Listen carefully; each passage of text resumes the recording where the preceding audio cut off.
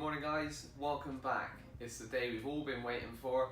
We've got our engine crane, let's get this engine fitted. Are you listening?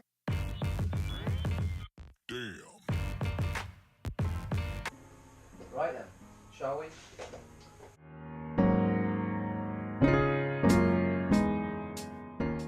So there we go, 5 minutes into the job and it's already tea time. It may be a longer day than we anticipated, but between you and me, we have got cake on its way as well, so that's going to be a nice one for Dad.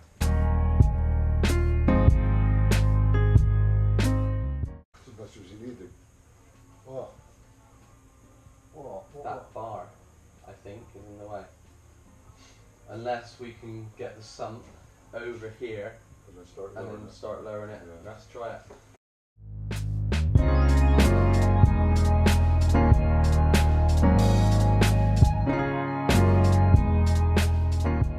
Have a look at that again in real time, because that was way too close for comfort. Note to self, I need to make the garage door frame removable. Anyway, let's put some fresh gloves back on and get back into it.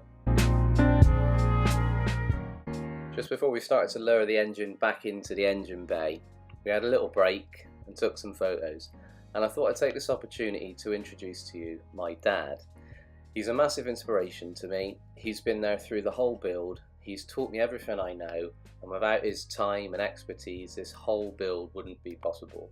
It's a two-man team, it's not just me. So shout out to you, Dad, you've been great.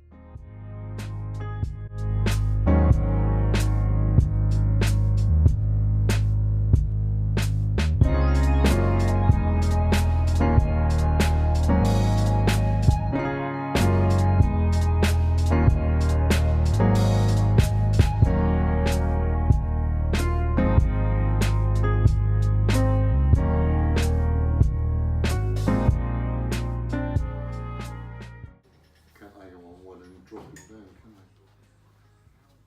Oh, what can we?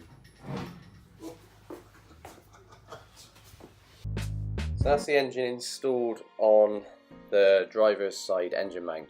Because we had the steering box in position, it meant that we wouldn't have room to fit the engine mounts to the engine and then lower the engine into the engine bay, as some people have advised us to.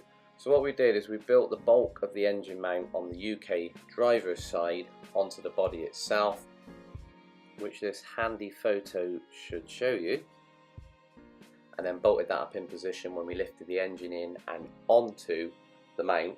We then chose to build the passenger side, UK passenger side mount on the job in the engine bay, which wasn't the easiest thing to do. It was a bit fiddly, but it was the only way that we could do it. Because if we'd have lifted the engine in with no engine mounts attached to the body, we felt that we run the risk of taking paint off and causing more damage. So doing it this way caused no damage whatsoever. So I'm not going to leave you watching me fiddle around in the engine bay because there's nothing you can see. So I think we're going to call it a day there. There we go. The engine's in. That went a little bit too well for my liking. It went so well we didn't even have a chance to stop for tea and cake. You know when something's going really good and you think something's going to go wrong, and it never did. Over the next couple of weeks I think we're going to start building up carbs, exhaust manifolds, and like I said, I'll keep you up to date week by week. Once again guys, thanks for your support, thanks for tuning in and watching, and don't forget to like and subscribe. Have a great week, see you soon.